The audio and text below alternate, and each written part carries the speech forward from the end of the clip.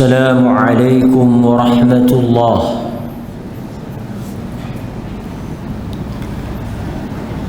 الحمد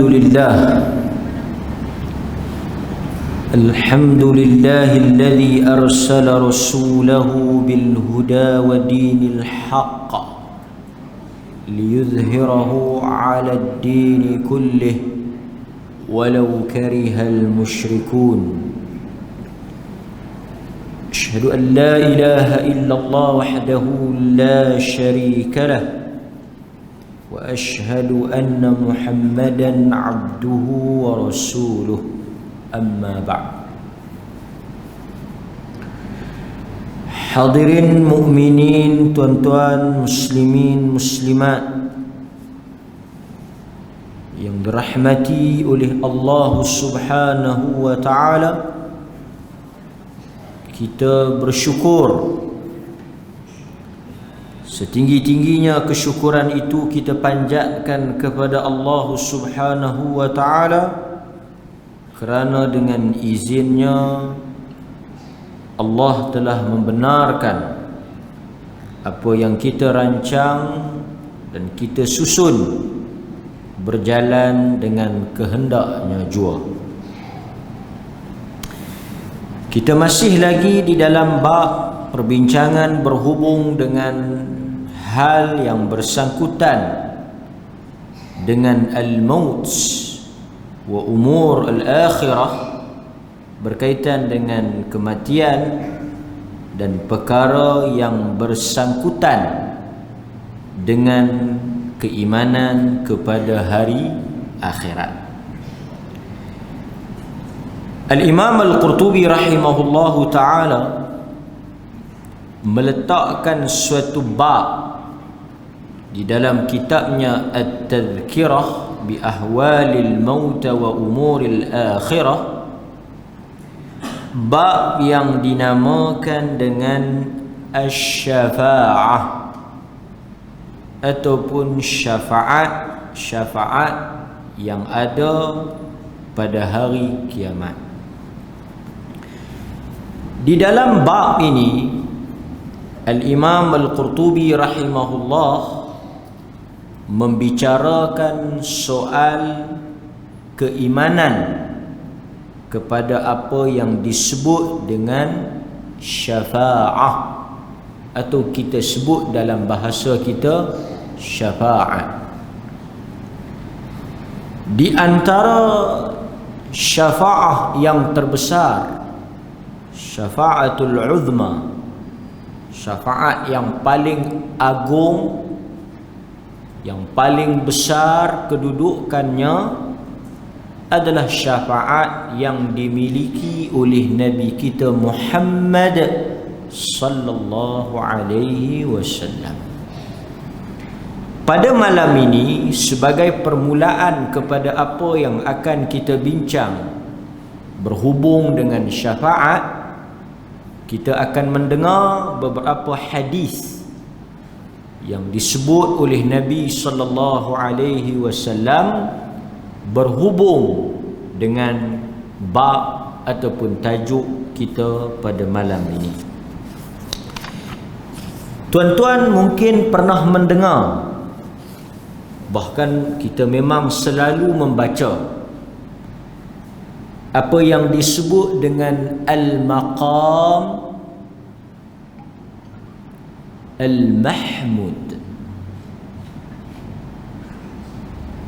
Kita semua maklum, bahkan selepas daripada kita mendengar azan, kita disyariatkan oleh Allah dan Rasul untuk berdoa, doa selepas azan, yang mana di dalamnya kita berdoa salah satunya wab'athhu maqaman mahmudan alladhi wa'adtah. Juga Allah menyebut di dalam surah Al-Isra ayat yang ke-19, maqaman mahmuda. Apakah yang dimaksudkan dengan al-maqam al-mahmud? Pertama, makna dia apa? Terjemahan kepada al-maqam, al-mahmud. Maqaman mahmuda. Al-maqam daripada perkataan Arab qama yaqumu. Qama ni maksudnya berdiri. Al-maqam tempat berdiri. Sebab itu kita sebut tempat yang berdekatan dengan Kaabah Maqam Ibrahim, yang mana dalam bekas itu bukan selalu kita faham maqam dengan maksud kubur, tapi maqam Ibrahim itu tapak kaki dia. Tapak dia letak kaki berdiri ketika dia membina Kaabah. Terus itu yang dalam bekas tu, dalam sangkak tu, dalam bekas kaca tu, tapak kaki Nabi Ibrahim. Allah sebut dalam Al-Quran, wa idh yarfa'u Ibrahimul qawa'ida minal bait, dalam suratul Baqarah. Allah kata, dan ingatlah ketika mana Nabi Ibrahim alaihissalam mengangkat qawa'id. Qawa'id asas ataupun binaan minal bait, Kaabah. So dia pijak di situ, dia mendirikan Kaabah.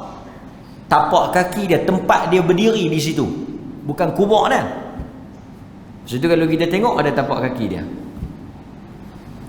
Dan Allah Subhanahu wa taala sebut, wattakhidhu min maqami Ibrahim musalla, dan ambillah maqam Ibrahim itu sebagai tempat mendirikan salat. Pasal itu kita salat lepas daripada kita tawaf tu di belakang maqam Ibrahim, berdasarkan ayat itu. Maqam itu maksudnya tempat berdiri, maqam. Jadi maksudnya al-mahmud yang terpuji, daripada perkataan hamada, hamid, mahmud yang terpuji. Pasal itu nama Nabi itu Muhammad, yang dipuji, yang terpuji, mahmud. Mahmud daripada word dia hamada.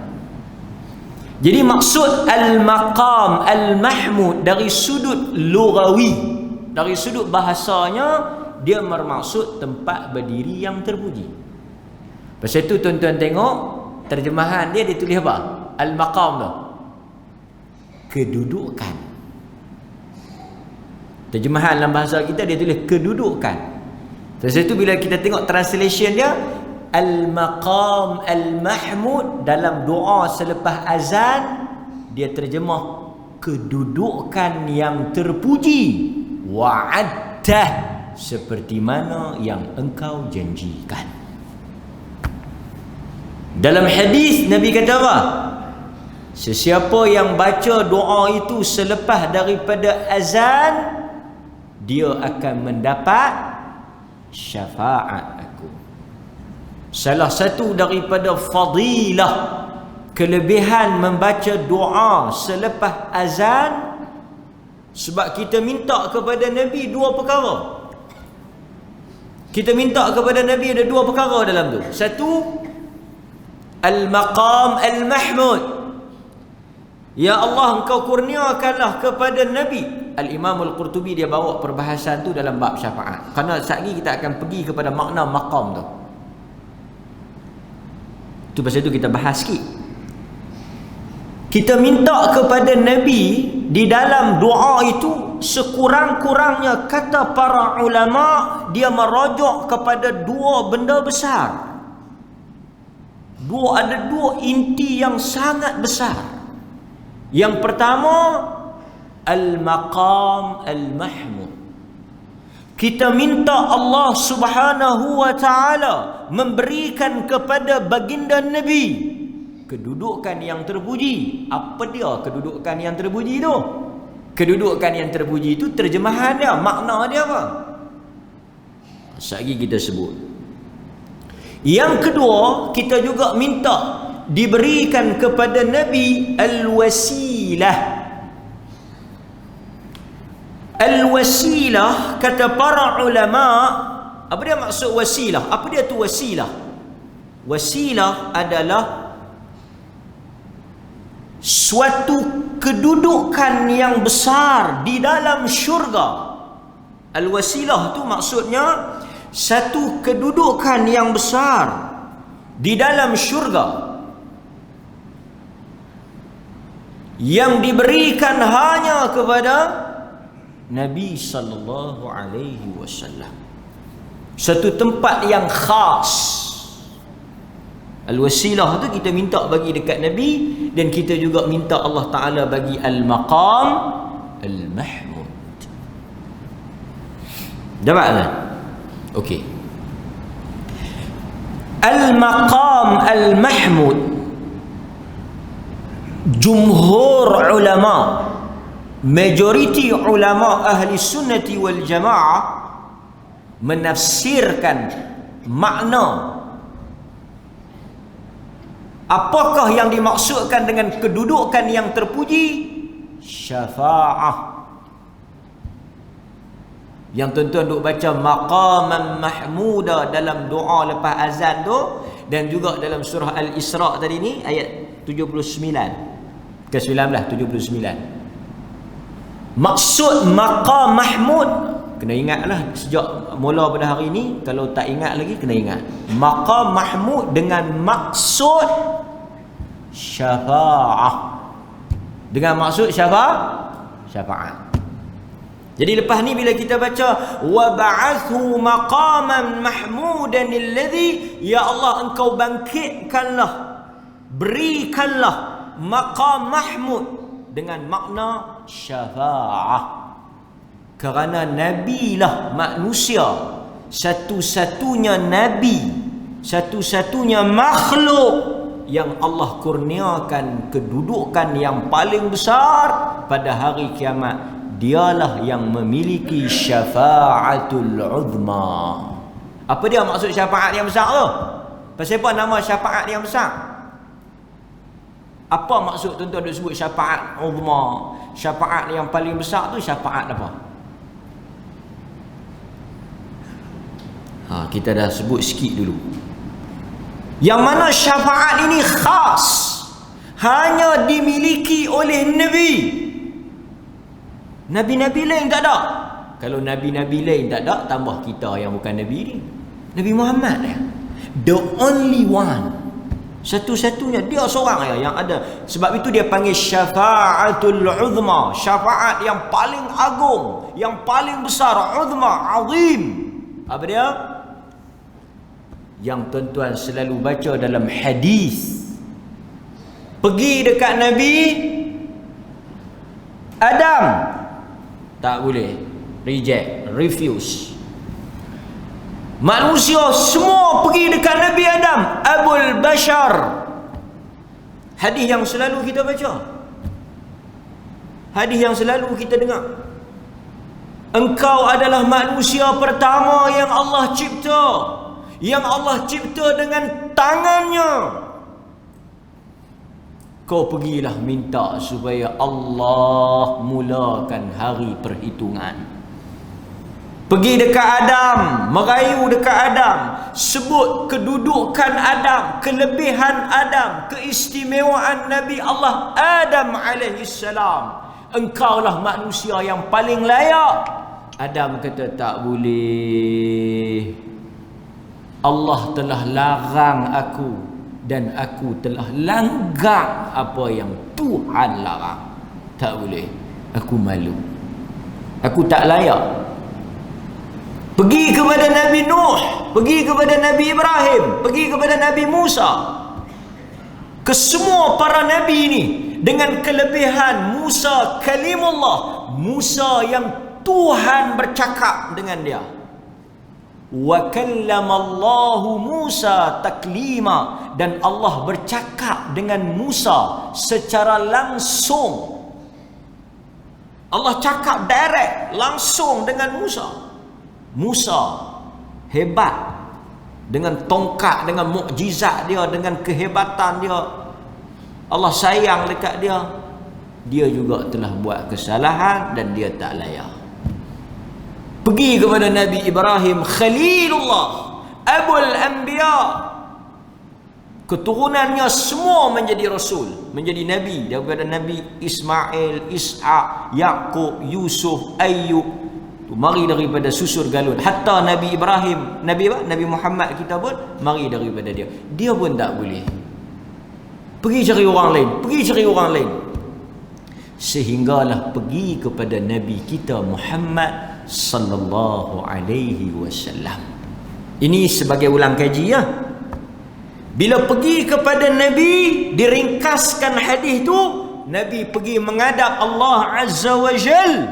Allah memperkenankan permohonan Nabi dan dimulakanlah hari yang dinamakan Yaumul Hisab, Yaumul Jaza, Yaumul apa? Semua itulah Yaumul Arad, Yaumul apa yang kita sebut tu. Baru mula. Disebabkan permintaan, permohonan daripada Nabi kita Muhammad, Allah izin untuk mula. Maka bermulalah hari tersebut. Yang inilah yang dikenali dengan syafaat yang paling besar. Jadi tuan-tuan, bila kita dengar Al-Maqam Al-Mahmud, kita akan faham dan kita akan teringat dan kita akan tahu dia membawa maksud syafaat uzma, syafaat yang besar yang Nabi saja ada. Ada tak tafsiran lain selain daripada maqam mahmud tu dengan maksud syafaat? Ada tak maksud lain? Ada. Apa maksud yang kedua? Saya habaqlah. Dah kita belajar ni, kita sebut bila dikatakan al-maqam al-mahmud tu, yang dikatakan kedudukan yang terpuji tu, ada di kalangan ulama ahli sunnah, di kalangan salaf, di kalangan tabi'in, di kalangan ahli sunnah ni, dia menafsirkan dengan maksud berdasarkan kepada riwayat athar ni, Allah akan mengangkat, ambil Nabi Muhammad sallallahu alaihi wasallam dan dudukkan dia di atas arasy pada hari kiamat. So dia ada dua tafsiran ataupun dua maksud. Sekurang-kurangnya di sisi ahli sunnah, ada sebahagian ulama kata al-maqam al-mahmud dengan maksud syafa'atul uzma, syafaat Nabi. Sebab itu kita doa Allah bagi syafaat tu kepada Nabi. Allah izin Nabi untuk memberikan syafaat itu. Dan tidak ada Nabi dan Rasul yang ada syafaat itu. Dan yang kedua dengan maksud Allah angkat Nabi esok pada hari kiamat. Allah muliakan Nabi, Allah besarkan Nabi, Allah angkat, duduk, letak di atas arasy pada hari kiamat. Itu dua maksud lah. Okey, wallahu a'lam. Kita bahas apa yang berkait dengan apa yang disebut oleh Imam Al-Qurtubi berhubung dengan syafa'ah. Jadi malam ni kita nak tengok sikit hadis-hadis berkaitan dengan syafa'ah. Antaranya hadis yang diriwayatkan oleh Al-Imam Al-Bukhari. Hadis ni pun selalu kita baca, selalu kita dengar. Dan tuan-tuan doa jangan jadi dalam hadis ni. Hadis apa? Hadis yang diriwayatkan oleh Al-Imam Al-Bukhari daripada Imran bin Husain. radhiyallahu an. Nabi SAW bersabda, ni kita ambil hadis ni sebab dia ada kait dengan syafaat. Semua hadis-hadis malam ni semua hadis yang berkaitan dengan syafaat. Yakhruju qaumun minan nar bi syafaati Muhammad sallallahu alaihi wasallam fayadkhuluna al-jannah yusammuna al-jahannamiyyin. Al-jahannamiyyin ataupun al-jahannamiyun. Ini satu grup. Grup ni grup yang nak kata bagus pun tak bagus ya. Nak kata tak bagus pun macam bagus. Grup apa ni? Grup kita selalu dengar apa dia? 6 apa? 6 jahannam. Yang ni lebih pada 6 7, 8 tak tahu berapa. 6 jahannam. Yang ni grup ni, kumpulan ni dikenali dengan nama Al-Jahannamiyun. Geng-geng Jahannam. Geng-geng Jahannam memang Jahannam pun.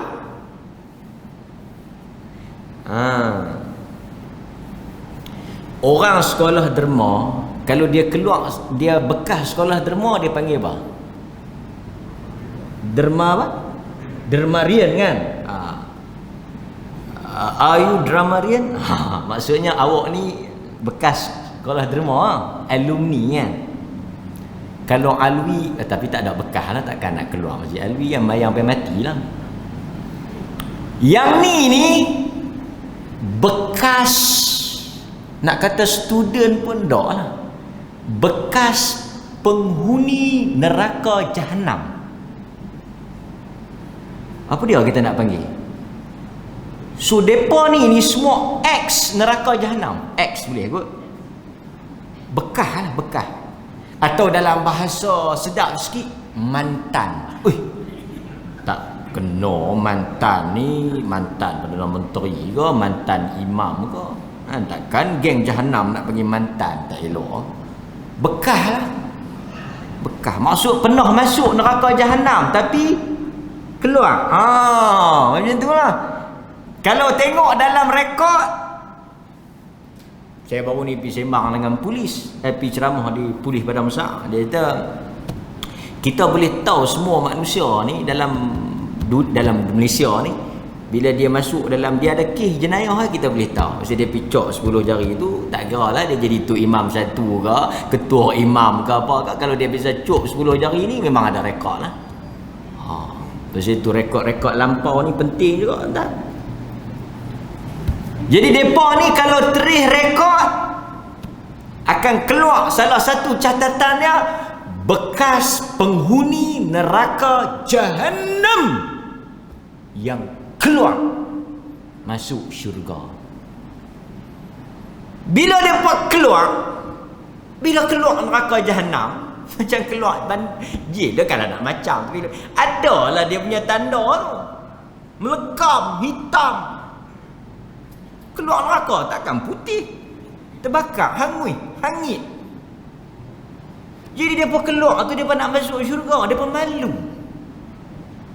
Depa takkan kami nak masuk ni, malulah dekat ahli syurga. Depa pun nak jadi ahli syurga juga, tapi rekod depa tu masuk neraka dululah. Depa ini dikenali dengan nama Al-Jahannam, ataupun kalau ramai plural Al-Jahannamiyun. Maksudnya jamak muzakkar salim. Ramai geng-geng Jahannam ni, yang mana mereka ini keluar. Ada yang keluar, ada yang masuk tak lama keluar, ada yang masuk lama keluar. Bahkan ada di dalam hadis, bila dia bawa keluar tu daripada neraka ni geng-geng Jahannamiyun ni, ada yang keluar baru dan terbakar kaki. Dah ambil bawa keluar. Ada yang baru terbakar, maksudnya tak habis lah. Ada yang terbakar kaki, dah terbakar takat pinggang, ada terbakar kat kepala, ada yang hangus. Tapi pokok pangkalnya, yakhrujuna qaumun minan nar. Mereka itu keluar daripada neraka sebelum daripada masanya dengan syafaat Nabi. Atau dalam bahasa kita duk guna ni, yang mana banduan-banduan keluar awal tu, yang berkelakuan baik, yang dah lama melalui perjalanan tu, kita panggil apa? Pengampunan awal lah. So grup ni lah, grup yang mereka mendapat pengampunan awal, mereka mendapat apa orang kata pelepasan awal, mereka boleh keluar daripada neraka. Mereka ini dikenali dengan nama tadi dah, bekas penghuni neraka Jahannam. Jahannam tu nama neraka, kan? Jahannam tu nama neraka. Jadi siapa yang masuk dalam tu, bila keluar dia bawa nama tu. Boleh? Okey. Sebab apa mereka keluar? Macam mana mereka boleh keluar? Dan bagaimana Allah Ta'ala mengampunkan mereka? Kesemuanya itu di atas pertolongan yang diberikan oleh Nabi sallallahu alaihi wasallam. Jadi maksudnya kalau ikut pada kadar dosa yang mereka buat, mereka tak patut lagi keluar.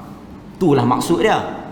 Kalau nak ukur daripada kedudukan mereka tu, dari sudut perbuatan dosa yang mereka buat tu, jenayah yang mereka buat di dunia tu, mereka tak keluar lagi. Mungkin lambat lagi, mungkin banyak lagi. Tetapi di atas permintaan, permohonan, rayuan daripada Nabi sallallahu alaihi wasallam, Allah Ta'ala mengizinkan Nabi untuk pergi ambil depa tu, pergi ambil kutip depa tu, bawa keluar awal. Itu yang disebut oleh para ulama. Okey. So sekarang kita tengok sikit beberapa hadis yang berkaitan dengan keluarnya ahli neraka. Antaranya yang akan keluar, yang akan mendapat pengampunan dan juga syafaat daripada Nabi ni, siapa dia? Antaranya daripada Abu Sa'id Al-Khudri radhiyallahu an, juga hadis yang diriwayatkan oleh Al-Imam Al-Bukhari.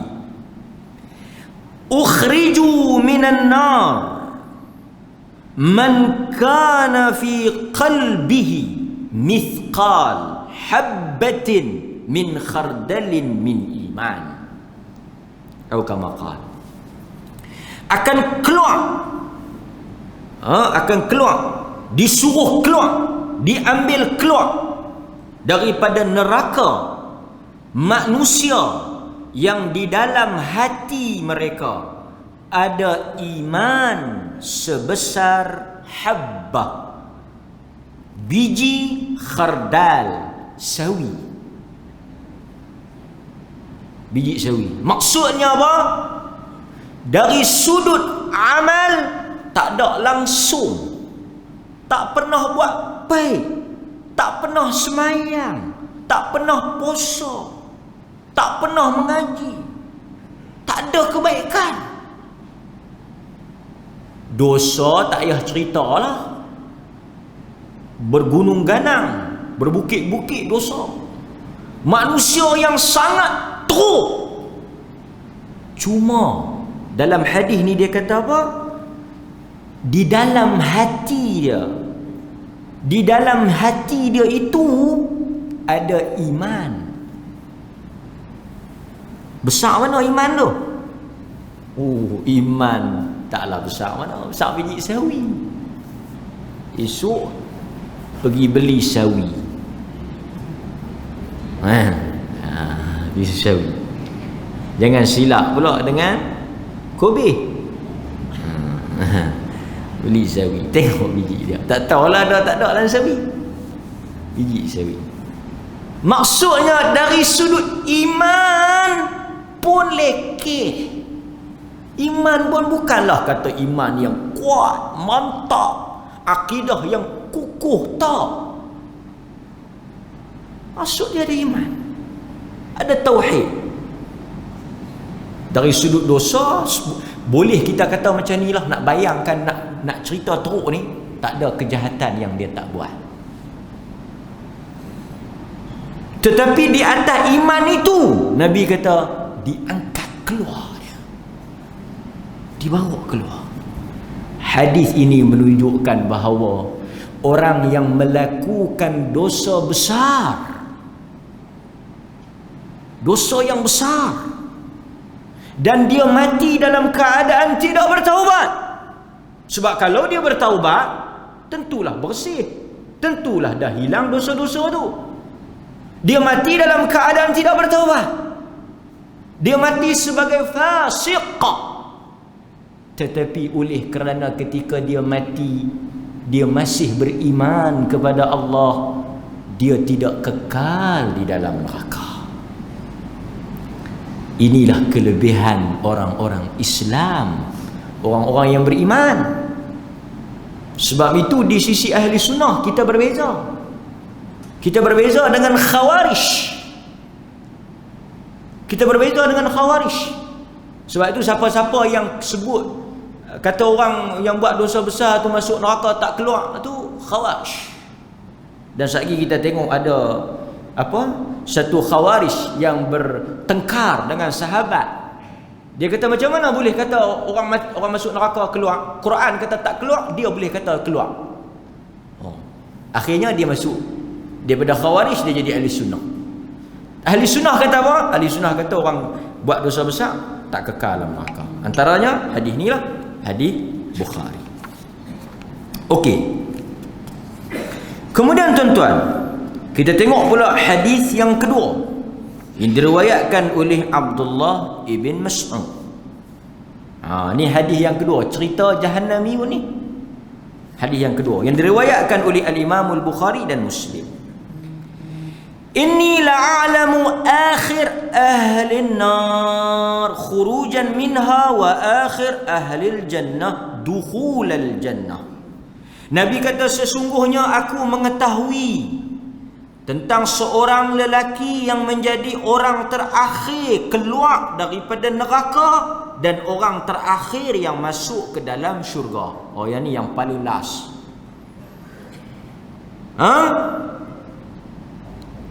Yang mana dia keluar dalam keadaan merangkak. Dia pergi menghadap Allah. Pasal apa dia keluar? Pasal dia ada iman.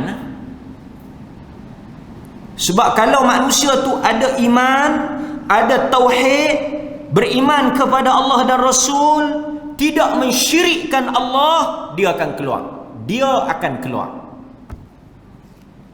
Jadi orang yang keluar lah ni pasal apa dia keluar?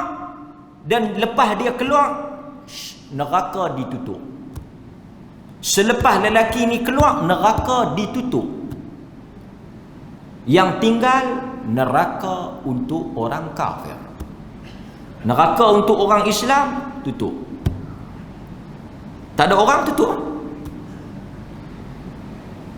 Dia mari menghadap Allah. Allah kata idhhab fadkhulil jannah fayatiha fayukhayyalu ilaiha annaha mala fayarji'u. Allah kata pergi masuk dalam syurga. Fayukhayyal, dia duk imagine, dia duk khayal. Perkataan Arab macam Melayu, khayal. Perkataan Melayu macam Arab. Fayukhayyal, dia duk bayangkan syurga dah penuh. Dia duk bayang syurga dah penuh nak masuk. Ada nak celuih, ada nak muat, ada nak boleh masuk. Dia nak duk tang mana? Kartun ni kau ni. Fayarji'u, dia pun patah balik. Dia kata fayaqula ya Rab wajadtuha malak. Dia kata ya Allah, syurga dah penuh. Malak, malik, penuh. Fayaqulu Allah tabaraka wa ta'ala lahu idhhab. Allah kata pi masuk. Dia duk rasa macam tu, dia kata tak ada tempat nak masuk ni, tak ada ruang. Pi mai. Allah kata pi masuk, ada lah tempat. Ada tempat. Kan?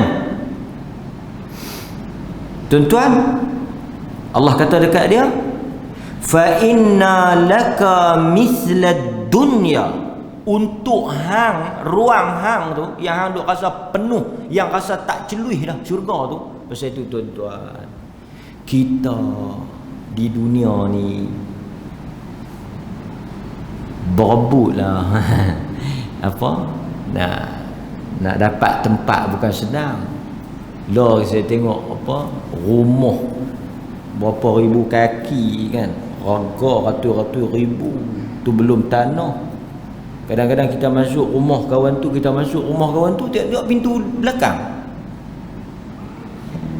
kita awak keluar dah tengok sempit tapi harga ratus-ratus ribu. Ada yang tuan-tuan syukurlah, ada yang lantai orang bumbung kita lantai orang. Faham ke tak? Keluar, kalau mamai sikit berjalan keluar, jatuh tu innalillah.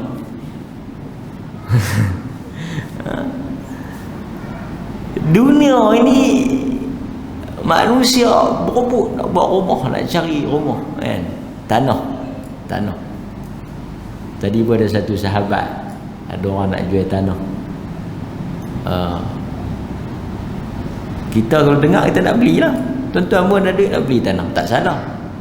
Walaupun orang kata lah sekali, bukan tanah lebar, tanah ke dalam kita nak boleh. Tak apalah, sementara hidup kita pesah cara hidup.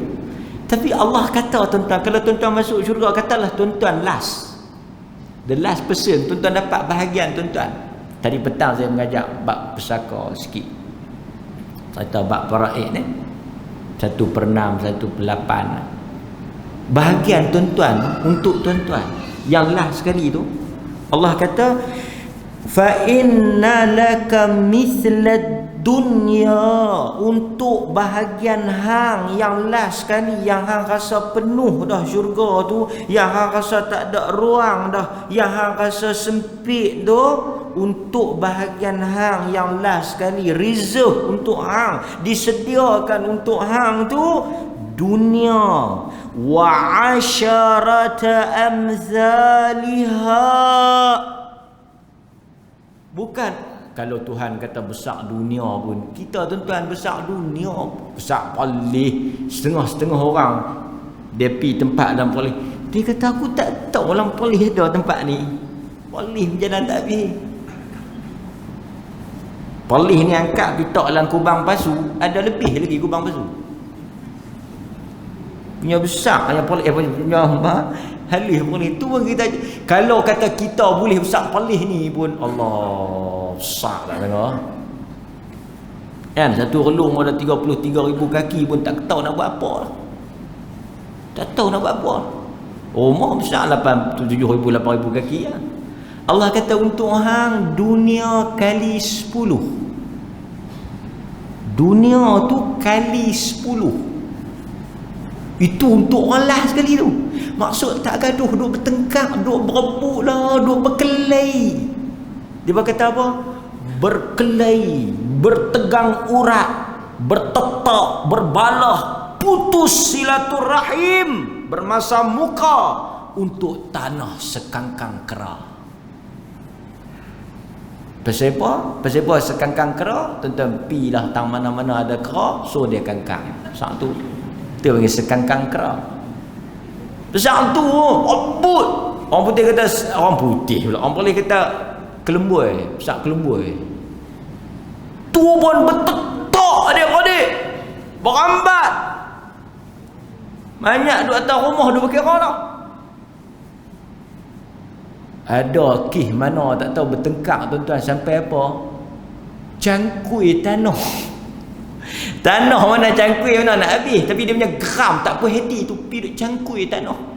Nak abang tak puas hati. Manusia dengan tanah dengan main. Lorak waya atas bawah pun mau orang pergi bisik, ada tanah tang mana? Depa ambil tanah hang buat jalan. Jom pergi tengok. Tu yang terlorak duk hap tu. Kau habaq tanah dia ada orang ambil buat jalan pun mangkit papah. Heret tung-tunggih oksigen nak pergi tengok. Yang kata dengan dunia ni. Tak apalah tuan-tuan, sabar-sabar. Sehari dua mati, boleh dunia dan kali 10. Nama ni nak habaq yang 10 kali dunia ni, satu nama, bukan berongkoi cik oi. Pi ke bank nak pajak, bank pun penin berongkoi. Nak duk rongkai tak boleh, berongkoi rongkai tak boleh. Ni satu nama, geran satu nama, 10 kali dunia. Hang korek, nak buat longkang, nak buat parit, nak buat sungai. Yang kata besarnya kurniaan Allah kepada ahli syurga. Itu yang terakhir, yang awal. Tak tahu. Dia kata apa? Dia kata wa antal malik. Dia kata fa yaqul ataskharu bi. Dia kata, ya Allah, adakah kau nak mempermain-mainkan aku, nak memperlawak-lawakkan aku? Wa antal malik. Nabi bila cerita ni, dia dialog Allah dengan laki-laki ni, Nabi pun tergelak sampai nampak geram punya laki-laki ni, punya kelaku dia. Dia kata, ya Allah, betul ke? Jangan duk main-main saya. Nampak pasal apa dia tak apa nak percaya? Sebab dia orang terakhir. Dia tak sangka untuk dia seluas itu. Tu nampak? Hadis yang berikutnya daripada Abu Sa'id. Ni hadis yang kita baca tadi. Cuma kita tambah sikitlah. Dia kata amma ahlun nar alladhina hum ahluha fa innahum la yamutuna fiha ولا يحيون ولكن ناس أصابتهم النار بذنوبهم أو قال بخطاياهم. Sesungguhnya ahli neraka yang masuk ke dalam neraka, mereka itu tak mati, dan mereka itu juga tak macam dengan hidup. Mereka itu dibakar oleh api neraka disebabkan oleh dosa-dosa dan kesalahan yang mereka lakukan. Nampak? Kemudian Allah Subhanahu wa taala membakar mereka sehinggalah mereka menjadi fahma, jadi arang, hangus. Lepas tu apa? Udhina bi syafa'ah. Kemudian diberikan kepada mereka syafaat. Lalu mereka ini bangkit dalam keadaan terbakar dan hancur. Dhabair fabuthu. Lepas itu Allah Subhanahu wa taala keluarkan mereka semua daripada neraka dalam keadaan terbakar, terkoyak, kulit depa hancur habis ni. Allah taala tuangkan mereka dengan air syurga, air sungai daripada syurga, lalu mereka tumbuh isi dan kulit menjadi seperti asal mereka. Seperti mana? Nabatul habbah. Seperti mana kamu tanam anak benih, kamu tuang air, anak benih tu tumbuh jadi pokok. Macam itulah Allah Ta'ala tuang air sungai syurga, kena dekat kulit ahli neraka, dia tumbuh balik isi, jadi macam asal kejadian. Lepas tu baru masuk dalam syurga. Itu disebabkan oleh apa? Syafa'ah. Syafaat Nabi sallallahu alaihi wasallam. Okey. Tuan-tuan, kita tengok lagi berkaitan dengan hadis syafaat. Antaranya Nabi sallallahu alaihi wasallam Bersabda dalam hadis yang diriwayatkan oleh Al-Imamul Bukhari, Nabi kata, fayuj'alu fi riqabihim khawatim, fayadkhuluna al-jannah fayaqulu ahlul jannah haula utaqa'ur rahman. Selain daripada mereka ini dikenali dengan nama Al-Jahannamiyun, tuan-tuan kena ingat nama-nama ni, istilah ni, gelaran ni kena ingat. Mereka juga dikenali dengan nama Utaqa'ur Rahman, golongan yang dilepaskan oleh Allah. Kata Nabi, bila mereka ini masuk ke dalam syurga, ahli-ahli syurga kenal mereka ni. Ni kenal ni semua ni, bekas-bekas ahli neraka ni, depa masuk, ahli syurga tengok kenal. Ahli syurga habaq lah dekat ahli-ahli syurga ni. Yang baru masuk ni siapa dia? Dalam sebahagian riwayat depa kata Al-Jahannamiyun ni geng bekas ahli neraka ni, bekas ahli neraka. Sebahagian lagi kata Utaqa'ur Rahman, depa ni lah orang-orang yang Tuhan pelepah, Tuhan bawa keluar daripada neraka, Tuhan selamatkan daripada neraka. Mereka ahli neraka yang dikeluarkan oleh Allah. Utaqa'ur Rahman. Sebab apa? Syafa'ah. Sebab itu Nabi sebut dalam hadis yang lain, Nabi kata apa? Syafa'ati li akabir min ummati.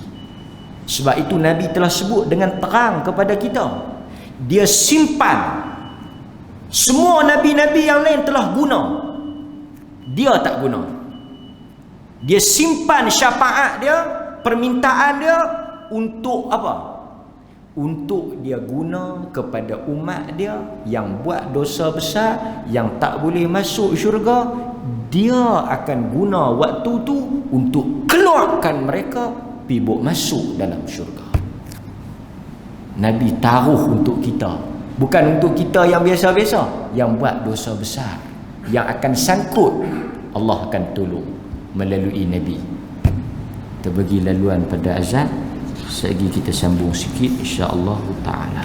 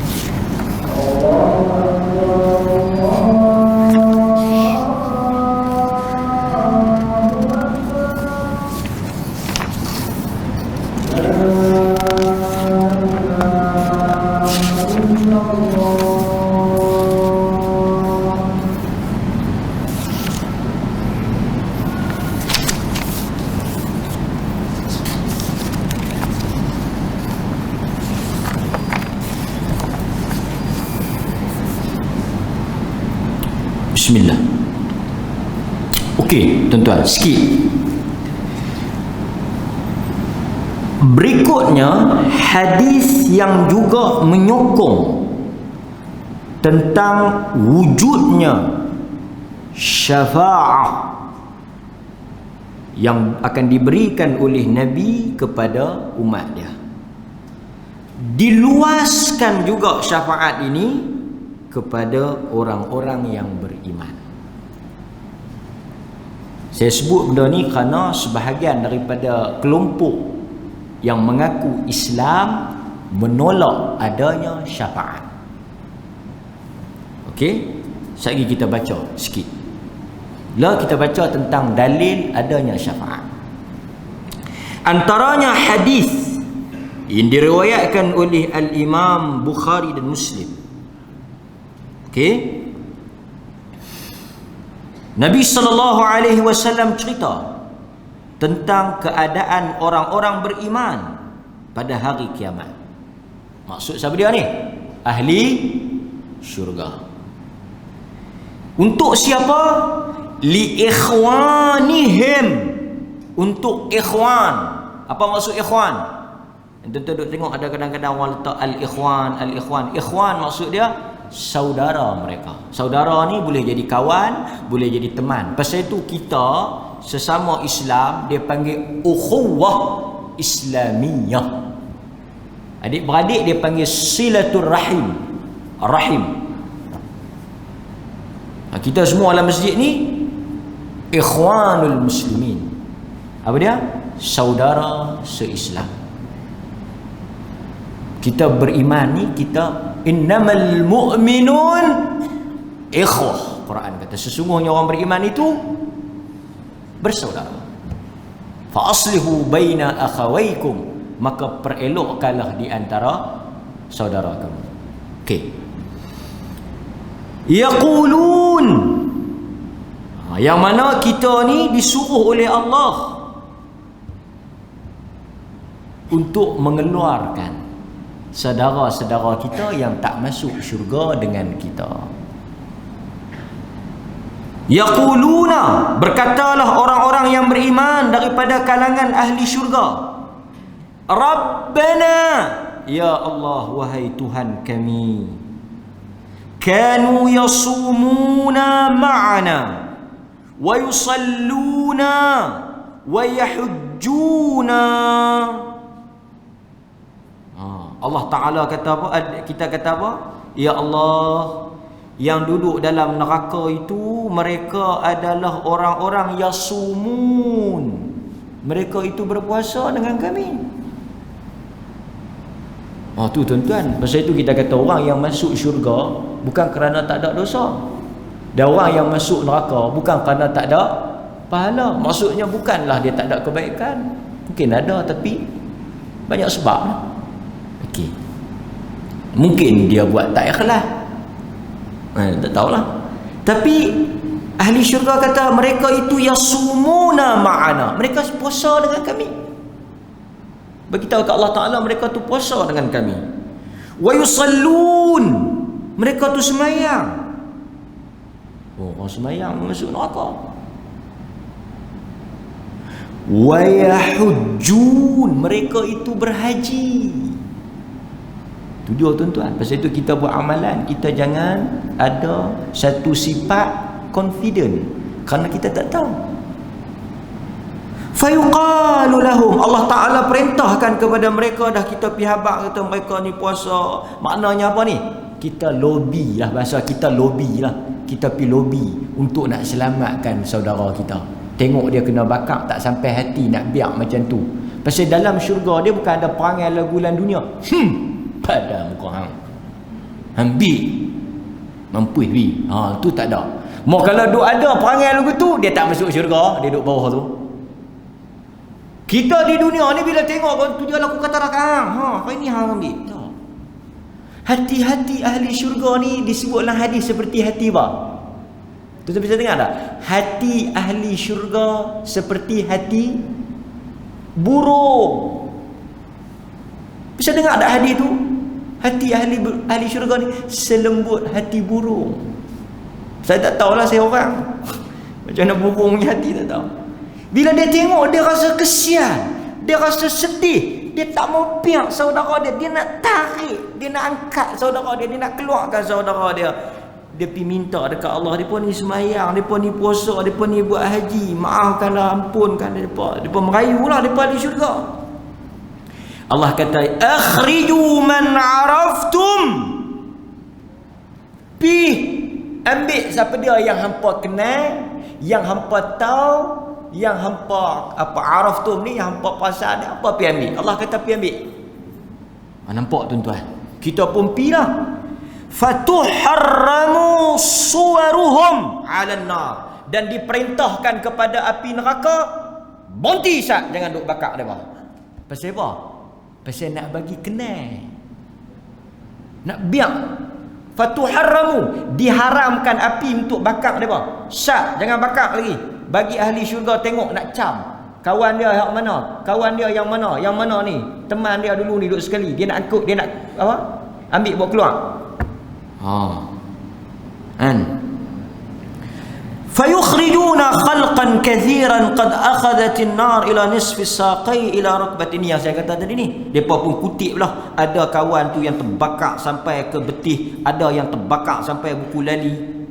Rabbana ma baqiya fiha ahad. Habislah kami dah ambil lah. Yang mana kami kenal, yang mana yang semayang kami apa semua tu kami ambil lah. Allah kata apa? Pi lagi, pi. Irji'u. Hampa pi tolong ambil bawa keluar lagi. Hampa pi ambil. Allah suruh pi lagi. Pi ambil lagi. Tapi tuan-tuan jangan duk ambil kesempatan lah. Kita hang jangan lupa dengan aku. Hang pi semayang tak apa. Hang lepak hang telefon aku. Aku belanja hang. Hang takut. Hang pi semayang macam doa, hang pi mengaji. Hang tak ada duit nak buh minyak pi mengaji. Hang telefon aku buh minyak pi kat hang. Tak ada kereta, aku bagi kereta. Hang pi mengaji, hang pi. Hang aku tak apa. Aku urusan aku. Betul hang nak minta apa kat aku? Aku tak mau, aku cukup dah. Esok nanti aku tolong hang, tolong aku. Hari ni aku tolong.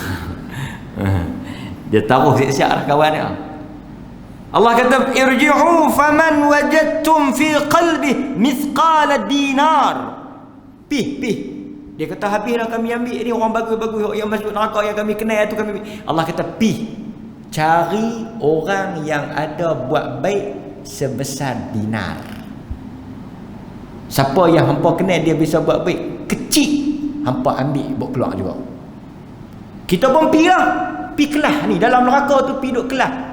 Siapa yang bisa buat baik walaupun sebesar dinar, tak kira lah mungkin bisa belanja orang ke, bisa apa ke, tak besar kecil, ambil bawa keluar juga. Ambil kutip, habis dah. Saya pendekkan ni. Mai dekat Tuhan, Allah kata apa lagi? Pi lagi. Tadi sebesar dinar, sak tua dinar sebesar tu. Lo ni pi kelah ambil bawa keluar. Siapa yang nisf dinar, yang pernah buat baik setengah dinar. Dinar setengah, kecil lagi, pun bawa keluar. Tu dia, pun bawa keluar. Pilah kutip lagi. Mai. Pi kutip lagi. Siapa dia lagi? Nak pergi ambil siapa lagi? Faman wajadtum fi qalbi mithqala dzarrah min khair. Saja Allah Ta'ala nak bagi keluar habis ya. Allah kata apa? Daripada sebesar dinar tinggal setengah dinar. Last sekali tak apa? Pi kelas ambil tengok, tak kira lah yang pernah buat baik walaupun sebesar zarrah. Apa dia sebesar zarrah? Buat baik mana ada sebesar zarrah? Bagi makan kucing pun kira besar tu. Yang ni sebesar zarrah. Depa pun pi kutip lah. Tadi daripada ramai tinggal sikit, yang sebesar dinar pun ambil buat keluar, tinggal setengah dinar pun kutip buat keluar, lah tinggal hak ujung-ujung, hak yang setengah dinar pun tak ada, iaitu sebesar zarah. Tu pun kutip lah kali depa mai kat Tuhan, clear, kosong. Keluar habis. Sebab apa? Permintaan ahli syurga. Bukan sebab amalan depa, bukan sebab kebaikan depa, bukan sebab apa yang mereka buat, tapi syafaat. Permintaan daripada ahli syurga. Hadis Bukhari Muslim. Sebab itu hadirin mukminin, bila kita membaca hadis-hadis berkaitan dengan syafaat, apakah yang sepatutnya ada di dalam diri dan hati kita, iaitu sangka baik kepada Allah. Ada dua perkara yang tuan-tuan kena ada. Bila kita baca, kita dengar dan kita melalui hadis-hadis syafaat, dia mesti memberikan dua perkara yang paling utama. Satu, husnudzan, sangka baik dengan Allah. Yang kedua, tidak adanya apa yang disebut berputus asa daripada rahmat dan pertolongan Allah. Dua benda ni mesti ada. Siapa-siapa yang dengar sehinggakan orang yang tak ada kebaikan boleh keluar daripada neraka, boleh keluar, macam mana kita nak sangka buruk dengan Allah? Macam mana kita nak perah dengan Allah? Macam mana kita nak putih asa dengan Tuhan? Macam mana kita nak boleh kata Tuhan takkan tolong kita? Tak ada ruang untuk Tuhan biar kita. Nampak? Tapi hati-hati, kerana kata Umar, kita tutup dengan perkataan Sayyidina Umar. Dia kata apa? Daripada Ibnu Abbas, bahawa Umar Al-Khattab pernah memberikan satu ucapan, kata-kata. Dia kata, innahu sayakuna fi hadhil ummah, akan keluar daripada umat ini qaumun, sekelompok manusia, yukadzibuna birrajm, mereka menolak hukum rejam.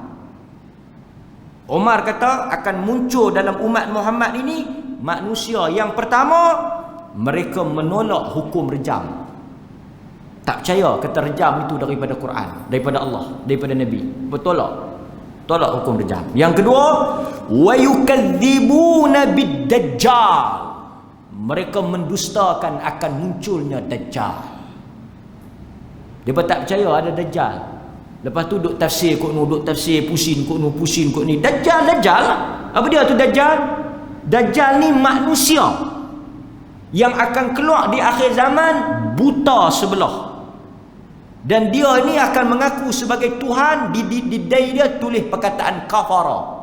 Dia ni manusia, lelaki, dan dia akan kata aku ni Tuhan.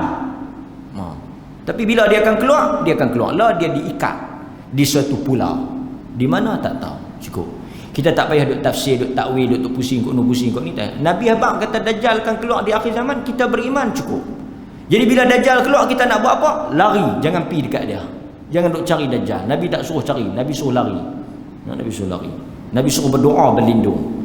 Ada setengah dia tak percaya, dia kata mana ada Dajjal, habis pulau dah kita pi, habis ceruk rantau dah kita jelajah, satelit semua dah tahu dah.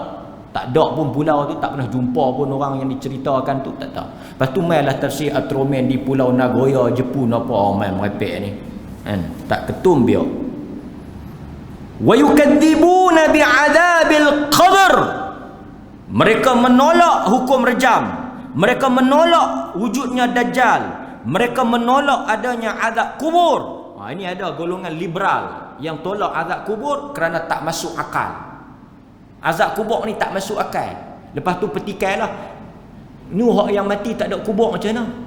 Tu kita korek orang tengok jasad, ada yang kes kena korek balik, korek tak ada apa pun. Dia guna akal tau, dia guna akal. Dia kata saya duduk tepi kubur tak dengar apa pun. Akal tak boleh terima. Pelik tak logik, tak masuk akal. Nampak. Lagi wa yukadzibuna bisyafa'ah. Mereka menolak adanya syafaat. Yakni golongan khawarij. Wa yukadzibuna biqaumin yakhrujuna minan nar. Mereka juga menolak adanya manusia yang akan keluar daripada neraka. Bagi mereka bila masuk neraka tak akan keluar. Tapi kita ahli sunnah nak tolak macam mana? Hadis punya banyak. Tapi hadis ni bukanlah satu peluang untuk kita mengambil kesempatan. Kita tak apa, nampak tu. Last sekali keluar juga. Nak duk susah hati apa? Kalau kena turn awal, lepas. Kalau lambat sikit tak apa, tunggu macam lah. Kan? Mula-mula keluar nama tak ada. Lepas tu tuan-tuan buat apa? Permohonan pertama nama tuan-tuan tak lekat. Lepas tu buat rayuan. Lama-lama lekat lah. Cari sokongan besar sikit. Mau sembang lagu dunia. Ini akhirat. Hatta sehari pun kita tak boleh masuk dalam neraka, apatah lagi ya. Bukan kata masuk, duduk tepi pun terasa bahangnya. Yang kata neraka. Kan? Nampak? Sehingga kan sebahagian sahabat Nabi apabila mereka baca ayat-ayat tentang makanan neraka, mereka terus hilang selera nak makan. Bila contoh sebahagian sahabat baca dalam surah Al-Ghashiyah, laisa lahum ta'amun illa min dhari' la yusmin wa la yughni min ju'. Depa baca ayat tu, depa faham, hari tu tak makan. Takut. Orang tanya pasal apa tak makan? Laisa lahum ta'amun illa min dhari'. Kerana terfikirkan dhari'. Ada sebahagian sahabat yang baca ayat-ayat neraka tersungkur, rebah, mati. Orang angkat mati. Itu hadis yang berkaitan dengan syafaat. Mudah-mudahan tuan-tuan hadirin mukminin, kita beriman dengan syafaat Nabi sallallahu alaihi wasallam. Kita berdoa agar kita termasuk daripada mereka yang memperolehi syafaat. Wassallallahu ala nabiyyina Muhammad wa ala alihi wa sahbihi wasallam. Alhamdulillahirabbil alamin. Wassalamualaikum warahmatullahi wabarakatuh.